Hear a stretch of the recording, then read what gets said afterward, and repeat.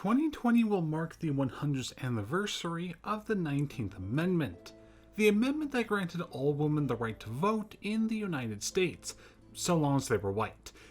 With the newly garnered right, it would only take 4 years for a woman to become a governor of a state, that being in Wyoming. But over time, women have become more and more a part of the political system that the United States has, with many aiming over the years to become the first female president in this country. But that might get some of you to wonder, who exactly was the first woman to run for president in the United States? And that answer will very much surprise you, even though the title and thumbnail kind of give it away. In today's video, we'll be looking at the first female presidential candidate, Victoria Woodhull.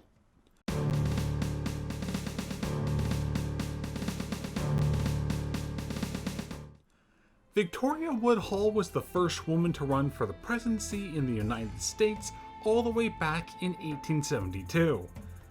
Oh, hello Asterix, I knew you'd show up.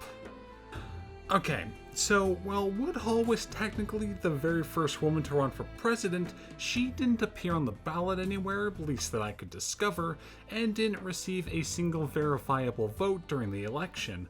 Also, you had other issues, primarily the fact that she was constitutionally too young to even hold the office and a whole bunch of other stuff. The first woman to run for president and actually appear on the ballot and get votes would be Pavel and Lockwood in the 1884 election. So some have stated that she is technically the first woman to run, but that distinction is a bit up in the air. Next week I'll be releasing a video talking about Lockwood as well, just for completionist's sake. Anyway, Woodhull was born in Homer, Ohio on September the 23rd of 1838. She was the seventh of 10 children, my god, to a mother that was illiterate and a father that was an abusive conman. By her teen years, she had little in the way of formal education, but was noted as being extremely intelligent by her peers. During her early teen years, Woodhull became interested in the spiritualism movement, based primarily off the late Austrian mystic Franz Mesmer. From childhood, Victoria maintained that she was guided and protected by the spirits, who occasionally let her visit a utopian world in heaven, unlike the chaotic, miserable world in which she lived. Victoria spent most of her youth traveling with her family's medicine show, telling fortunes and selling snake oil medicines. She married at the age of 15 to a 29-year-old Canning Woodhull, who she kept the last name of after divorce. Her parents sent her to Canning to be treated for a long-term illness of some sort. Here, Victoria studied medicine and often had to work outside of the home to feed Canning's alcoholic addiction. Together they had 2 children, the firstborn with an intellectual disability that Victoria blamed on her husband's alcoholism, and the second child, which Canning botched so badly, both the child and mother nearly bled to death during the birth. The family moved many times during the early 1860s, during which Victoria became an advocate for the so-called free love movement due to the infidelity of her then husband. Women who married in the United States during the time were bound into the union, even if loveless, with few options to escape. Divorce was limited by law and considered socially scandalous, and women who divorced were stigmatized and often ostracized by society.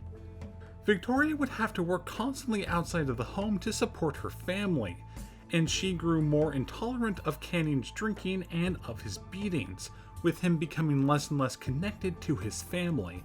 Soon, Canning would desert Victoria and the children, coming home only for money on occasion. After 11 years of marriage, Victoria divorced Canning in 1864.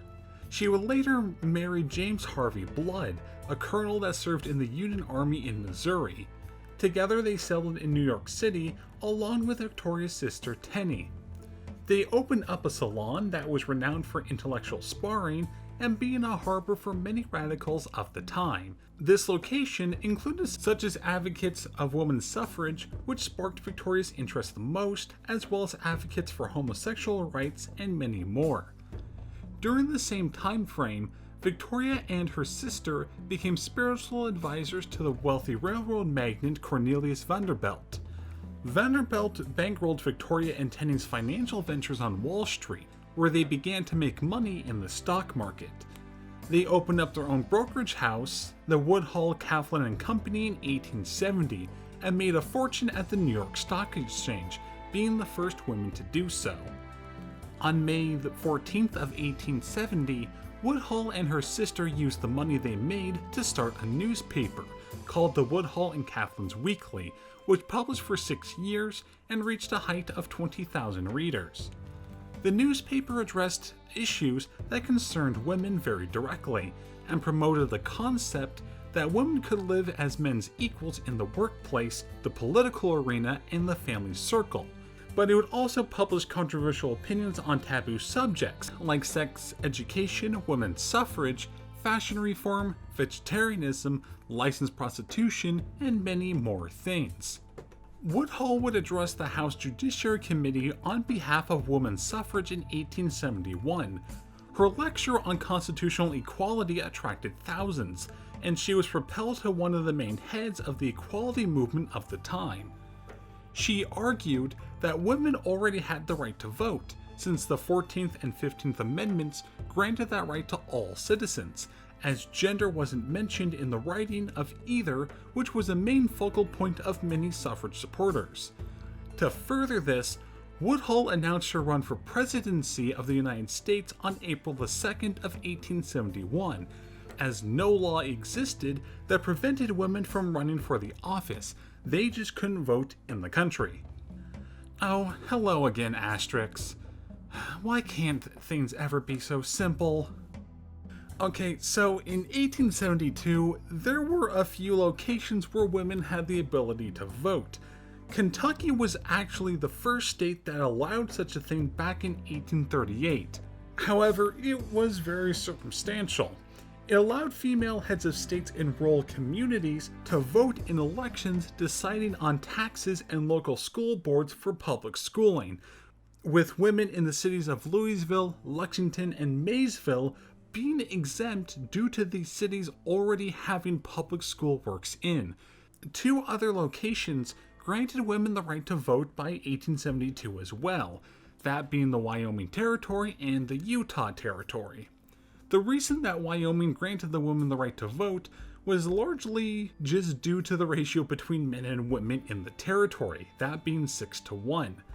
And they hoped that being the first territory/state to grant women the right to vote would pour more single women out to the west.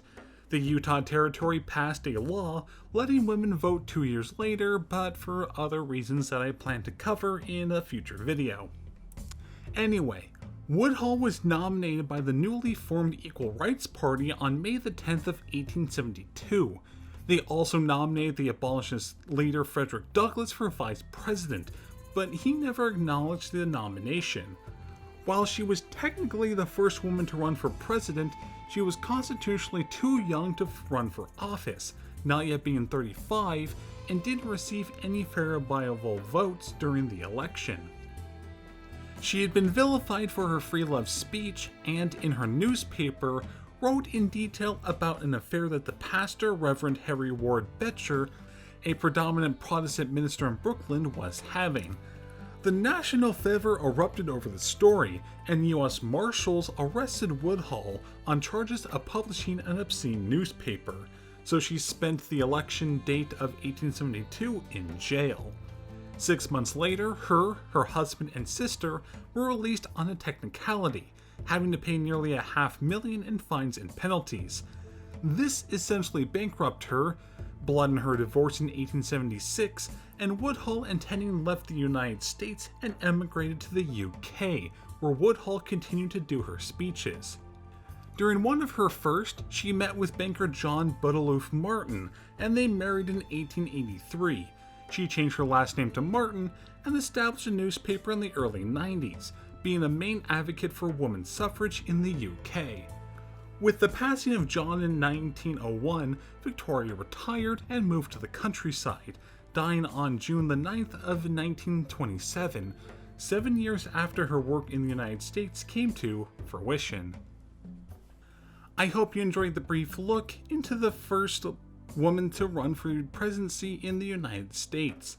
Next week I will be uploading a video talking about Bevelle and Lockwood, and for the rest of the month we'll be covering topics related to women's suffrage in the United States.